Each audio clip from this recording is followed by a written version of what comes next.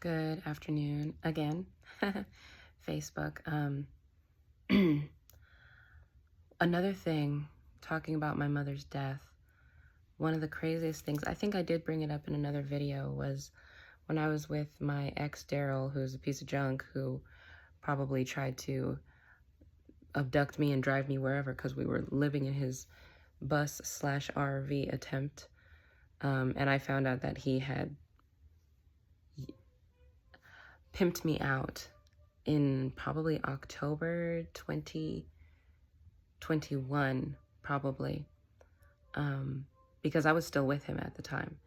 By October 2022, I was living with my dad.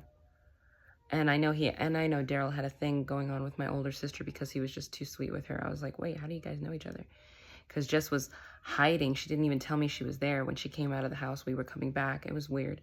Anyhow, but going back to my mother's death, the craziest thing, I think it was probably God. I really feel like it was my mom and her spirit, because the day that she died, I felt at absolute peace. It was so crazy. And maybe it was because I was fighting. I was looking at her medical records. I was calling lawyers, asking about medical, consultations, if a hospital wasn't doing what they were supposed to be doing. My dad was absolutely supporting me. He was very upset when my mom died, but, he participated in it because my father is a Mason, and he was doing, spiritual warfare on me.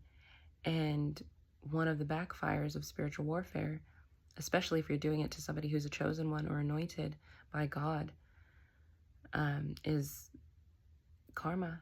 And that karma comes in different ways.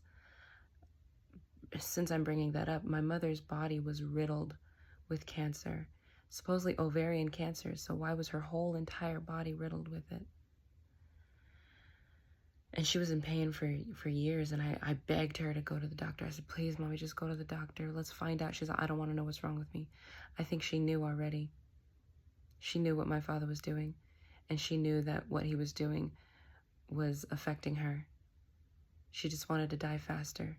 I remember when she told the doctor that, when we were trying to see if we can get her into chemotherapy, and I was begging her to just focus on life, and my grandmother, the same.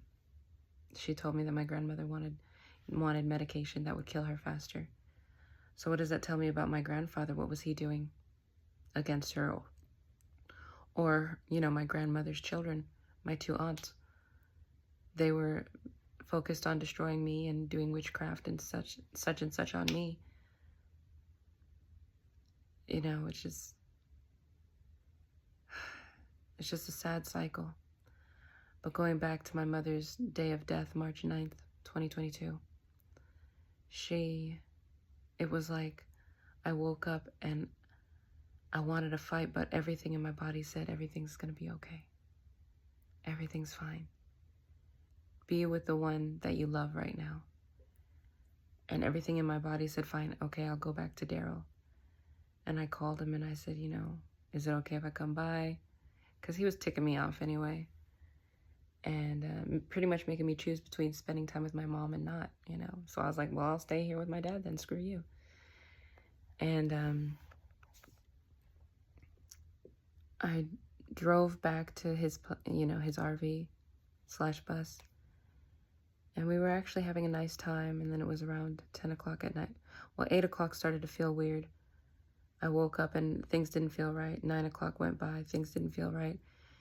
And so I was smoking some marijuana because, I woke up, I told Daryl, it doesn't feel right now. And then by 10 o'clock, my dad called me and told me that my mother had died. Around 8 o'clock, it took a whole hour from 8 to 9. From 8 to 9. Gizmo, the dog, my little sister's dog that she left there, she was howling for a whole hour. Gizmo died at my little sister's place. My little sister was gone for an hour. I think Edwin, her baby daddy, sexually assaulted the poor dog. But now, knowing that my little sister was a little kitchen witch, or a little attempted divine priestess, she was doing magic and witchcraft. I always say warcraft, witchcraft on the dog, and that's why the poor dog died. I should have never brought that dog back to her. I just didn't want the dog to be there when the succubus, my dad's new wife, came. But I should have kept the dog. I probably would have been safer with the dog there.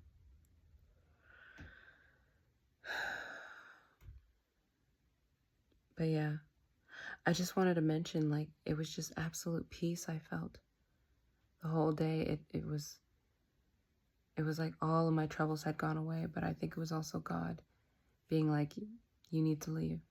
You can't be here. Because, yeah, if I was there when my mother died and the hospital called, I would have driven to that hospital, been like, let me see her. I need to see her body, everything.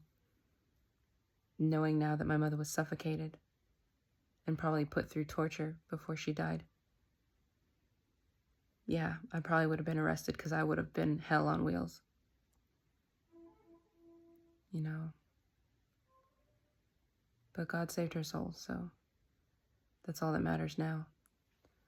I just wanted to share that. That was also another thing I never really told anybody.